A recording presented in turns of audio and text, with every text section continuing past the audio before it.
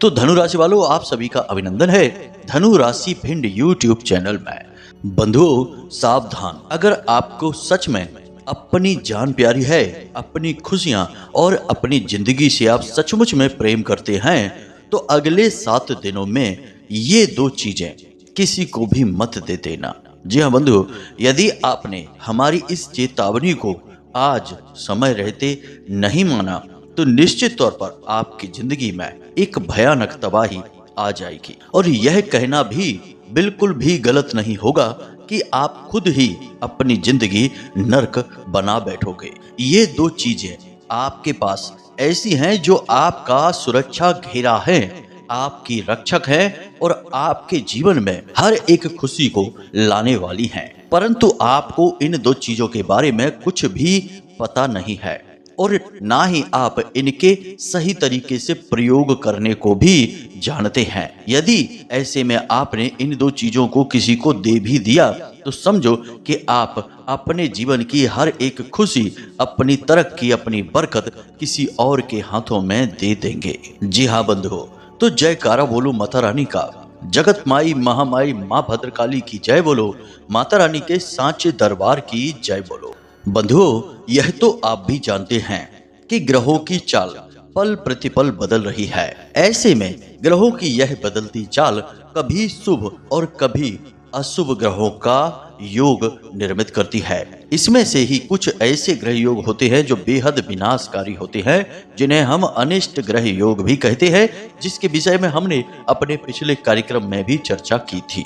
तो आज हम आपको बता दें कि आपके जीवन काल में अगले 3 से 5 दिनों में एक ऐसा अनिष्ट ग्रह योग बनने वाला है जिसमें यदि आपने कुछ विशेष सावधानियां नहीं बरती और अपनी इन 2 चीजों को भूल से भी किसी को दे दिया तो आप सचमुच में अपनी जिंदगी खुद अपने हाथों से बर्बाद कर बैठेंगे। जी हाँ बंधुओं, अब जब हम चीजों के विषय में कहते हैं तो यहाँ पर केवल सामान्य भौतिक चीजों की बात नहीं हो रही है, हम आध्यात्मिकता के बहुत गहरे विषय की चर्चा कर रहे हैं। और आपको समझा दें कि हमारा हिंदू धर्म, हमारी सनातनी परंपरा उस उच्च स्तर तक बात करती है जहां आज विज्ञान भी नहीं पहुंच पाया है। यानी कि हम चीजों में स्थित ऊर्जाओं के विषय में बात करते हैं। इसीलिए आपने देखा होगा कि बहुत सारे लोग अपने जीवन में नकारात्मक और सकारात्मक ऊर्जाओं के सही संतुलन को बनाने के लिए तरह तरह की चीजों को धारण करके भी रखते हैं, जैसे रुद्राक्ष, रत्न और अष्ट धातु वगैरह तमाम सारी चीजें होती हैं। यानी कहने का मतलब यह हुआ कि चीजों के अंदर अपनी स्वयं की ऊर्जाएं होती हैं। जब आप चीजों का लेन देन करते हैं, यानी कि अनजाने में किसी से कोई चीज ले आते हैं अपने घर में, या फिर अपनी कोई चीज किसी इंसान को दे देते हैं, तो आपने ना केवल उस चीज को उसे दिया है बल्कि अपने जीवन में स्थित उस ऊर्जा के प्रवाह को भी उसकी तरफ मोड़ दिया है। चीजों के लेन देन का इंसान के जीवन पर बहुत गहरा प्रभाव रहता है। कभी तो ये सकारात्मक फल देने लगता है और कभी नकारात्मक फल देता है।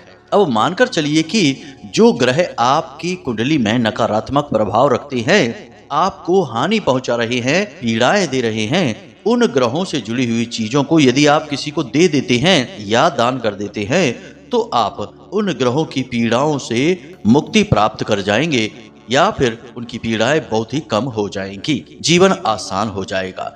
लेकिन जो ग्रह आपके जीवन में खुशहाली लेकर आ रहे हैं, शुभ कारक ग्रह हैं, यदि आपने उन ग्रहों से जुड़ी हुई चीज किसी इंसान को यूं ही प्रयोग करने के लिए दे दी या फिर दान में भी दे दी तो आप असल में अपनी खुशियां, अपनी बरकत और अपने जीवन का सुख किसी और को देकर चले आएंगे और आपको पता भी नहीं चलेगा। आपको लगेगा कि आपने किसी की मदद की है, आपने तो दान किया है या फिर एक अच्छा कार्य किया है, लेकिन इस अच्छे कार्य की भी आपको कीमत चुकानी पड़ेगी। कहने का मतलब यह है कि जो चीजें आपके जीवन में आपकी सुरक्षा का कार्य कर रही हैं, आपके जीवन में खुशियां, धन, बरकत और तरक्की लेकर आ रही हैं, उन्हें कभी किसी को दान नहीं किया जाता है। दान वीर कर्ण की कहानी तो आपने महाभारत में सुनी ही होगी। अपने कवच और कुंडल उसने जब किसी को दान दे दिए तभी उसकी मृत्यु निश्चित हो पाई। यानी कि उसका रक्षा कवच उसने जब किसी और को दे दिया तो उसकी सुरक्षा कमजोर हो गई और उसे आसानी से मारा जा सका। यही हर एक इंसान के जीवन पर भी लागू होता है बंधुओं। हर एक इंसान के जीवन में उसके कुछ ऐसे ग्रह होते हैं जो उसकी रक्षा कवच का कार्य करते हैं। अब यदि वह मूर्खता दिखाएगा और उन ग्रहों से जुड़ी हुई चीजों को यूं ही किसी को प्रयोग करने के लिए देता रहेगा तो निश्चित तौर पर वह अपनी कमजोरी बढ़ाएगा और फिर नकारात्मक ऊर्जाओं का शिकार हो जाएगा। फिर छोटी छोटी बातों से ही उसे नजर लग जाएगी। तंत्र मंत्र, टोना टोटका और आदि व्याधि उसे तुरंत परेशान करने लगेगी, क्योंकि उसका तो सुरक्षा घेरा ही कमजोर है। तो अब आज के इस कार्यक्रम में हम आपको इन दो चीजों के बारे में विशेष ज्ञान देने वाले हैं कि ये चीजें कौन सी हैं और इनको आपको क्यों किसी को नहीं देना है, खास तौर से आने वाले 5 से 7 दिनों में। इसी के साथ साथ हम आपको कुछ ऐसी चीजों के विषय में भी बताएंगे जिन्हें आपको चुपचाप अपने पास लाकर रख लेना है, अपने घर के अलग अलग स्थानों पर। याद रखना कि आपके घर में भी ऊर्जाएं अलग अलग स्थानों पर अलग अलग तरह से प्रवाहित होती हैं। तो आपको उन ऊर्जाओं को संतुलित करने के लिए कुछ विशेष चीजों को स्थापित करना पड़ता है। तो आपको उन चीजों को स्थापित करना होगा। उसके बाद आप देखेंगे कि आपके बिगड़े हुए काम भी बनने शुरू हो जाएंगे, या यूं कह सकते हैं कि किस्मत आपका साथ देना शुरू कर देगी। भगवान आपका हाथ पकड़ लेंगे। याद रखना बंधुओं कि भगवान हमेशा आपको देना चाहते हैं, परंतु आप ही हैं जो कहीं ना कहीं किसी न किसी प्रकार की भूल करते रहते हैं और इसकी वजह से भगवान से आपका सीधा संपर्क जुड़ नहीं पाता है। और जिसका जुड़ जाता है उसकी रातों रात तरक्की हो जाती है। एक बात याद रखना बंधुओं कि आपकी राशि के जातक एकमात्र ऐसी जातक होते हैं जो पूरी राशि चक्र में सबसे ज्यादा कोमल हृदय के, दूसरों के दुख से दुखी होने वाले, हमेशा सबकी मदद करने वाले, कभी कभी तो दूसरों की मदद करने के चक्कर में खुद परेशान हो जाने वाले, और कितना ही दुख, कितनी ही तकलीफ मन में आप सहते हो, चेहरे पर एक मुस्कुराहट रखने वाले होते हैं। यानी कि आपके अंदर हर वो गुण है जो आपको कामयाब बना सकता है, ऊंचाइयों पर ले जा सकता है, परंतु कुछ छोटे छोटे दुर्गुण भी हैं। और वे दुर्गुण हैं कि आप चीजों को अनदेखा करते रहते हैं। लोगों की कही हुई बातें तो आपके दिल में चुभ जाती हैं और उन्हें आप हमेशा सोचते रहते हैं, अपने दिल में जगह दे देते हैं, लेकिन अपने आसपास की चीजों को कोई आपको कुछ उपाय बताए तो उन उपायों को और ज्ञान की बातों को आप ग्रहण तो करते हैं परंतु उपयोग नहीं करते हैं। उपयोग करते भी हैं तो मन में शंकाएं रखते हैं, जिसकी वजह से आपकी तरक्की रुकी हुई है। भगवान से आपका नाता जुड़ नहीं पा रहा है। कुछ ऐसे कारण तो होते ही हैं जिनकी वजह से दुख उपजता है। आपके जीवन में यदि तकलीफें हैं, परेशानियां हैं, लाख प्रयास करने के बाद भी आप अपनी तरक्की के रास्ते खोल नहीं पा रहे हैं, अपने दुखों से, दर्द और तकलीफ से छुटकारा प्राप्त नहीं कर पा रहे हैं, तो कहीं ना कहीं कोई ना कोई तो कमी होगी ही। आज हम उसी कमी के विषय में बात करने वाले हैं। बंधुओं, याद रखना कि यह जो ज्योतिष कार्यक्रम है यह पूर्ण रूप से ज्योतिषीय आकलन पर, आपकी कुंडली पर और माता रानी के द्वारा दी गई विशेष अनुभूति और कृपा आशीर्वाद पर आधारित है। आज आपने यह कार्यक्रम नहीं देखा तो आप निश्चित तौर पर यह भूल करेंगे ही, अपनी चीजों को दे देंगे किसी को और फिर बहुत भयंकर समस्याओं में घिर जाएंगे, दुखी हो जाएंगे और लंबे समय तक इन पीड़ाओं को सहते रहेंगे। तो आपको यह पूरा कार्यक्रम देखना है, अंत तक देखना है, क्योंकि यह केवल और केवल आपके लिए तैयार किया गया कार्यक्रम है। तभी हमारी मेहनत और माता रानी के प्रति हमारी भक्ति सफल हो पाएगी। उम्मीद करते हैं बंधुओं कि आप हमारी बातों को समझ रहे हैं, भावनाओं का सम्मान करेंगे और कार्यक्रम में अंत तक अवश्य ठहरेंगे, क्योंकि यह आपके लिए ही बनाई गई रामबाण औषधि है। आपको ग्रहण करनी ही होगी, तभी आपका रुग्ण हुआ जीवन हिष्ट पुष्ट हो पाएगा और आप जीवन में तेज रफ्तार से दौड़ पाएंगे कामयाबी को प्राप्त करने के लिए। तो चलिए बंधुओं, आज के इस विशेष कार्यक्रम की शुरुआत करते हैं माता रानी को याद करते हुए। कमेंट बॉक्स में लिख डालिए, जय मां भद्रकाली रक्षा करो। माता रानी निश्चित तौर पर आपकी रक्षा करेगी, हमें पूर्ण विश्वास है। इसी के साथ साथ बंधुओं, यदि आप इस चैनल कार्यक्रम पर पहली बार आए हैं तो आप इस चैनल को सब्सक्राइब अवश्य कर ले, क्योंकि हम विशुद्ध ज्योतिषीय और आध्यात्मिक ज्ञान आपके लिए प्रतिदिन लेकर आते हैं। लोग हमें नकल कर करके उल्टी सीधी बातें फैलाते रहते हैं, लेकिन श्रेष्ठ ज्ञान केवल हम ही आपको देते हैं पूरे YouTube पर। और ऐसा कर पाने में हमारी कोई विशेष योग्यता नहीं है, यह तो माता रानी की कृपा और आशीर्वाद है जो हमें इस काबिल बना देता है। तो चलिए बंधुओं, श्रेष्ठ ज्ञान से और माता रानी से अपना रिश्ता मजबूत करिए और जल्दी से चैनल को सब्सक्राइब करिए, फिर आगे बढ़ते हैं। तो बंधुओं, अब ध्यान से सुनिए। पुराने जमाने में लोग रीति रिवाज और परंपराओं को बहुत दिल से निभाया करते थे। मतलब कि जब कोई आदमी अपने घर से किसी जरूरी कार्य के लिए निकलता था तो घर की महिलाएं उसके लिए दही शक्कर तैयार रखती थीं, उसके माथे पर टीका लगाकर ही उसे जाने देती थीं, और जब बहुत शुभ कार्य होता था तो एक जल का कलश भरकर दरवाजे पर दाहिनी ओर रख दिया जाता था और उसमें एक सिक्का डालकर ही वह इंसान घर से बाहर निकलता था। और जब इन नियमों का पालन करके वह अपने कार्य पर जाता था तो कार्य सिद्धि निश्चित हुआ करती थी। आपने देखा होगा कि पिछले जमाने में, हम आज से 20-30 साल पुरानी बात कर रहे हैं, तब लोग दुखी कम रहते थे। चाहे चीजें उनके पास भले ही कम हो, संसाधन भले ही कम हो, लेकिन खुशी बराबर रहती थी। एक चीज याद रखना कि जीवन में सुख महसूस करने के लिए चीजों की कोई आवश्यकता नहीं होती है। चीजें तो माध्यम मात्र हैं जो आपको खुशी दे भी सकती हैं और नहीं भी दे सकती हैं। अब आप कहेंगे कि यह आप कैसी बात कर रहे हैं, चीजों में तो बहुत आनंद प्राप्त होता है। तो मानकर चलिए कि आपने एक कार खरीद ली है और उसकी किस्त बनवा रखी है। अब कार तो आपको सुख दे रही है, लेकिन उसकी जब किस्त आती है तो आपका बैंक बैलेंस खाली हो जाता है, आपकी आधी से ज्यादा कमाई चली जाती है। तो कुछ समय तक तो यह सुख लगेगा, लेकिन कुछ समय बाद यही सुख दुख में बदल जाएगा और आप कार को छोड़कर अपने कटने वाले बैंक बैलेंस पर ध्यान देंगे और कहेंगे कि मैं तो फंस गया, मेरे तो पैसे ही बर्बाद होते चले जा रहे हैं। यानी कि जो सुख था वही दुख में बदल गया। तो चीजों पर निर्भर रहकर सुखी होना असल में मूर्खता भी है और अज्ञानता भी है। पुराने जमाने में लोग इन बातों को अच्छी तरह से समझते थे।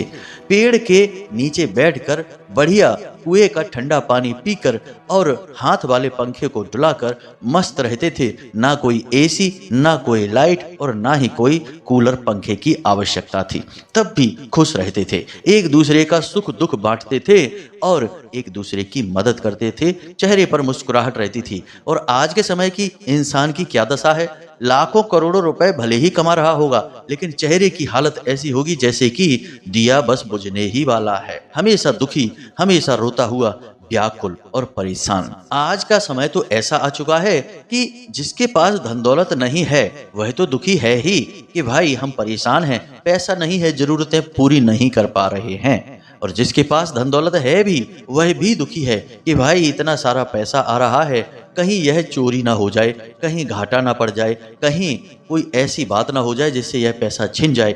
और कंपटीशन इतना ज्यादा है कि दिन रात दिमाग में घमासान मची रहती है। जिंदगी का सुख लेना ही भूल गए, बच्चों का, परिवार का आनंद लेना ही भूल गए। तो कहने का मतलब यह है कि हमें असल में अपने जीवन की ऊर्जाओं को संतुलित करना होगा।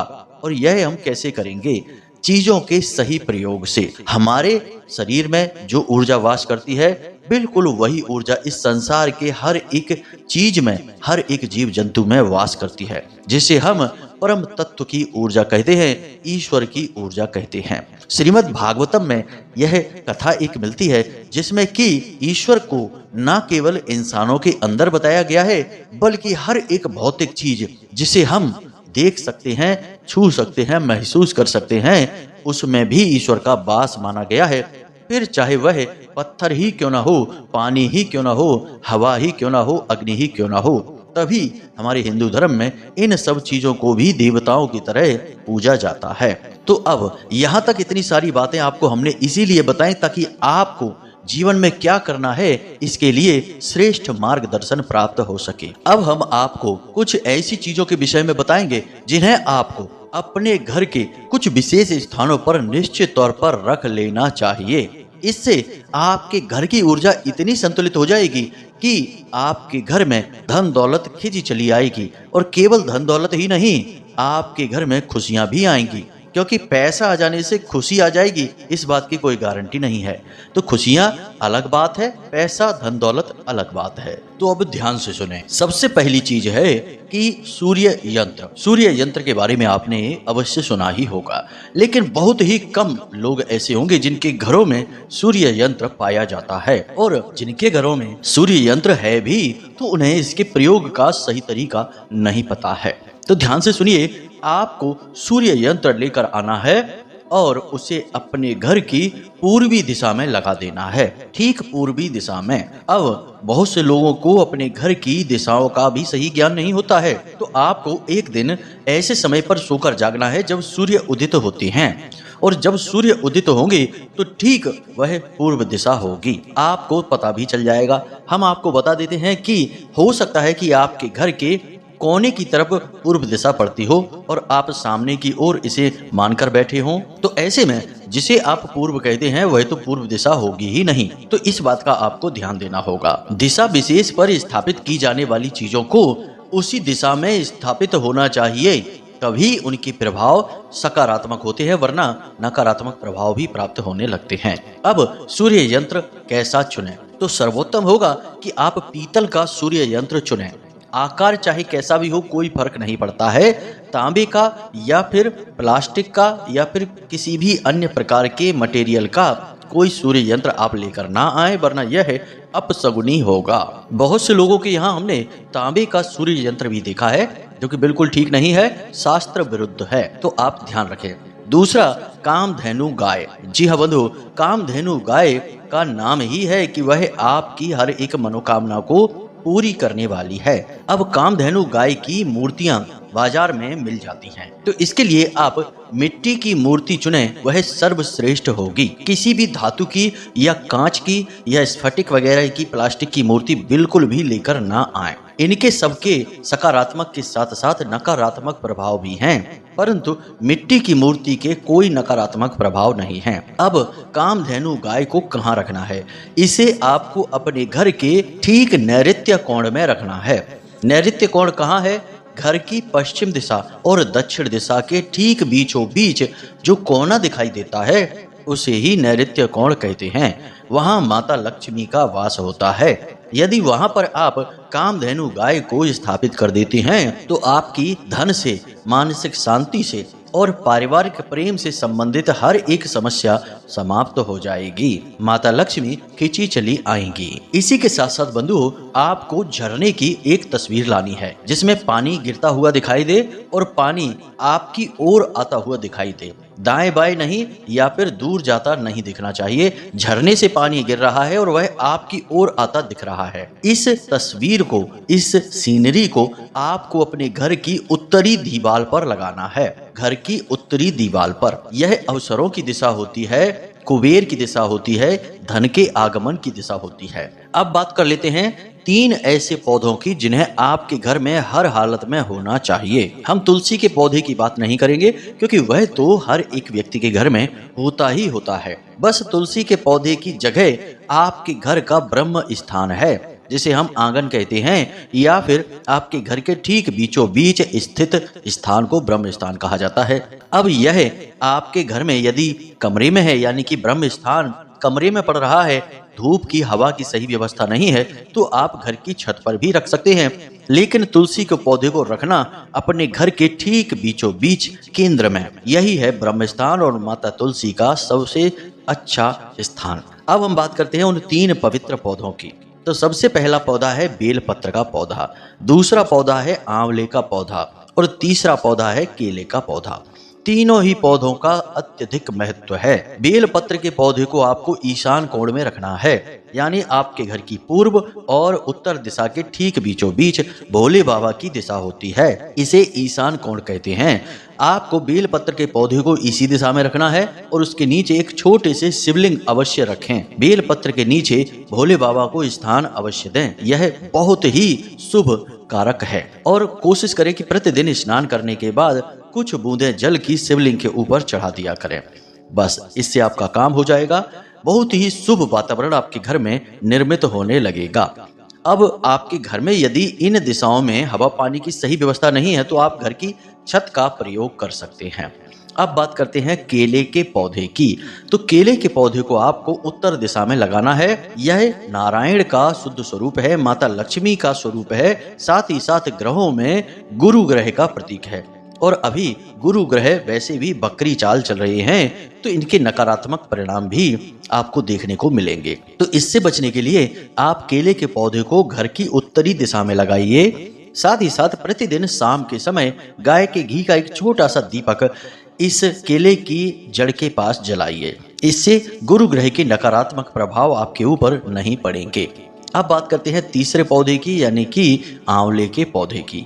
आंवले के पौधे का महत्व बहुत अधिक है। साक्षात लक्ष्मी का वास होता है इसके हर एक भाग में। साथ ही साथ पितृ पूर्वजों का वास भी आंवले के पौधे के नीचे माना जाता है, यानी कि जड़ और तने के भाग में।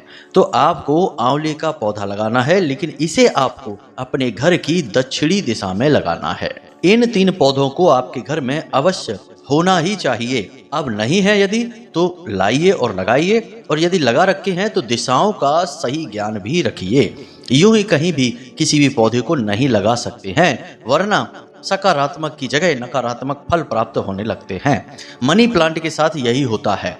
मनी प्लांट को लगाने के लिए सर्वश्रेष्ठ जगह होती है घर का आग्नेय कोण, जहां आपका पैसा ठहरता है। यानी कि आपके घर में जितनी भी फिजूल खर्चियां होती हैं, जितने भी अनजान खर्चे होते हैं, जहां से पैसा निकलता है, वह आग्नेय कोण के दूषित होने की वजह से होता है। अब यदि आप वहां पर मनी प्लांट का पौधा लगा देंगे, और वह भी कच्ची मिट्टी में, गमले में, तो वह शुक्र को स्थापित करेगा, भगवान गणपति का सूचक है, और पैसे को कैद कर लेगा, यानी कि घर में एकत्रित होने देगा। आपका बैंक बैलेंस बढ़ेगा, इसीलिए उसका नाम मनी प्लांट है। यह भगवान गणेश का सूचक माना जाता है। लेकिन आप देखिए कि लोगों का जहां मन करता है घर में वहीं मनी प्लांट का पौधा रख देते हैं, तो इससे जो मौके और अवसर घर में आने चाहिए वे भी रुक जाते हैं। क्योंकि मनी प्लांट का काम है चीजों को स्थिर कर देना, उन्हें जाने ना देना, कहीं भी हिलने ना देना। तो आपके पैसे की जगह पर यदि वह रखा है खर्चों की जगह पर, तो उन्हें वो रोक देगा, पैसा आपका रुकेगा, खर्चे भी कम होंगे। लेकिन यदि पैसे की आवक वाली जगह पर रख दिया आपने, यानी उत्तरी दिशा में रख लिया, तो पैसे की आवक भी रोक देगा। फिर आप कहेंगे कि हमारी आमदनी कम होने लगी है, पैसा कहीं भी जाता है तो वापस ही नहीं आता है, किसी को दे दो तो वह लौटाता ही नहीं है, अटकता रहता है। इसी के साथ साथ कई जगह पर हमने देखा कि मनी प्लांट की जो बेल होती है वह ऊपर न जाने के बजाय जमीन पर ही, यानी नीचे की ओर जा रही होती है। यह बेहद ही अपशगुनी होता है। तो इनके बारे में आपको ज्ञान होना बहुत आवश्यक है। यूं ही सजावटी सामान के तौर पर प्रयोग करने वाले पौधे ये नहीं हैं। इनके नाम से ही पता चलता है कि ये पौधे कुछ विशेष उद्देश्य के हेतु प्रयोग किए जाते हैं। तो ये तो थी चीजों के विषय में जानकारी जिन्हें आपको अपने घर में रखना ही चाहिए। अब बात करते हैं उन 2 चीजों के विषय में जिन्हें आपको भूल कर भी किसी को अगले 5 से 7 दिनों में नहीं देना है। तो ध्यान से सुने। सबसे पहली चीज है आपका इत्र, आपका परफ्यूम और आपके सफेद रंग के कोई भी वस्त्र। आपको अगले 5 से 7 दिनों में इन चीजों को किसी को भी नहीं देना है, क्योंकि इनका सीधा संबंध शुक्र के साथ है।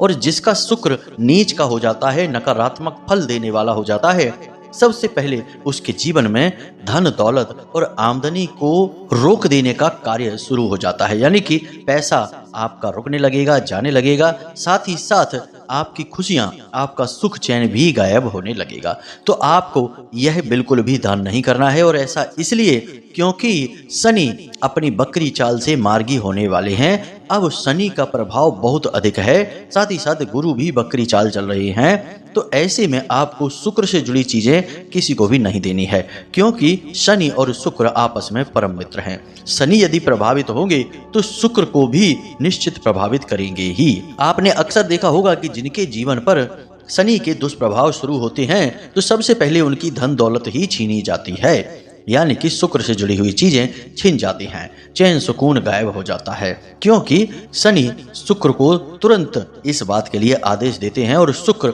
अपनी खुशियों को रोक देते हैं, अपनी कृपा को रोक देते हैं। तो यह आपको नहीं करना है। दूसरा, अपने जूते, अपने काले वस्त्र, कमर से नीचे पहनने जाने वाले वस्त्र और अपना वाहन, जी हाँ बंधु, आपको किसी को भी अगले 5 से 7 दिनों में नहीं देना है। इसका कारण भी वही है कि शनि देव से जुड़ी हुई ये चीजें हैं और शनि देव को चीजों का लेन देन बिल्कुल भी पसंद नहीं है। याद रखना कि शनि देव नियम और संयम को मानने वाले देवता हैं और जो लोग नियम संयम को मानते हैं, अपने काम से काम रखते हैं, मेहनत करते हैं और चीजों को यूं ही किसी को नहीं देते हैं, उन लोगों से शनिदेव प्रसन्न रहते हैं। तो आपको इन चीजों का लेन देन अगले 5 से 7 दिनों में भूल कर भी नहीं करना है, वरना आप भयंकर तकलीफ और पीड़ाओं को अपनी ओर आकर्षित कर लेंगे। और देखिए, शनि, राहु, केतु, शुक्र ये ऐसे ग्रह हैं जिन्हें क्रूर ग्रह कहा जाता है, कुछ को तो राक्षस ग्रह भी कहा जाता है। शुक्र भी एक राक्षस ग्रह है, तो इनकी क्रूरता की कोई सीमा नहीं है। आप ध्यान से सुनिए, बहुत सारे लोग ऐसे हैं जिन्हें इतना घाटा पड़ता है कि बेचारों को जीवन में गलत कदम तक उठाना पड़ता है और जीवन का अंत भी करना पड़ता है। और यह क्यों हो रहा है? क्योंकि यह शुक्र की पीड़ा है, क्योंकि शुक्र राक्षस ग्रह है। यह आपकी जान लेने से भी नहीं हिचकेगा। तो जहां यह आपको स्वर्ग में पहुंचा सकता है, वहीं यह आपको जीते जागते नरक में भी झोंक सकता है। इसलिए इन बातों को हल्के में मत लेना। पीड़ाएं आएंगी तो कितनी बड़ी आएंगी, कोई सीमा नहीं, कुछ पता नहीं। बेहतर है कि तैयारी करके रखो और पीड़ाओं के प्रभाव को पहले ही कमजोर बना दो, तो आप उन्हें आसानी से सह भी जाएंगे।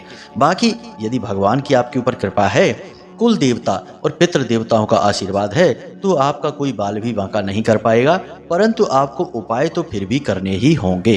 तो आज के इस कार्यक्रम में हमने आपको सारी बातें विस्तार से बताई हैं, जीवन उपयोगी बातें हैं, इन्हें अपने जीवन में अवश्य उतार लेना। यह ज्योतिष कार्यक्रम समय के अनुकूल है, तो समय का सदुपयोग करना सीखिए। याद रखिए कि समय समय पर होते है समय समय की बात, राम जन्म का दिन बड़ा और कृष्ण जन्म की रात। तो राम के समय पर दिन का और कृष्ण के समय पर रात का महत्व बढ़ जाता है। ये सब समय समय की बात होती है। तो जो प्राणी समय का ध्यान रखते हुए जीवन में सही निर्णय लेता है, वह तो निश्चित ही स्वर्ग को प्राप्त होता है, खुशियों को प्राप्त होता है। और जो मूर्ख समय का महत्व नहीं समझता, हर जगह बस अपना मूढ़पन, पागलपन दिखाता है, वह केवल और केवल ठोकरें खाता है। उम्मीद है आपको सारी बातें समझ में आ गई होंगी। सारी बातें हमने शास्त्र सम्मत और ज्योतिषीय आकलन के आधार पर बताई हैं। फिर भी यदि कोई प्रश्न मन में उठे तो आप कमेंट करके या फिर व्हाट्सएप नंबर पर मैसेज करके पूछ लेना। समय मिलने पर हम आपके प्रश्नों के जवाब आपको अवश्य देंगे। माता रानी का आदेश आ चुका है, बहुत ही जल्द आपके लिए फोन सेवा प्रारंभ होने वाली है। हम सीधे आपसे फोन पर बात कर लिया करेंगे। तो चलिए बंधु, आज के इस कार्यक्रम को यहीं पर समाप्त करते हैं। हमेशा हंसते रहिए, मुस्कुराते रहिए और दिन में एक बार मंदिर अवश्य हो आइए। सकारात्मक भी रहिए, क्योंकि आपका उद्धार तो उन्हीं की कृपा से होना है। तो प्रेम से बोलिए जय माई की, जय मां भद्रकाली। माता रानी आपका कल्याण करें। धन्यवाद।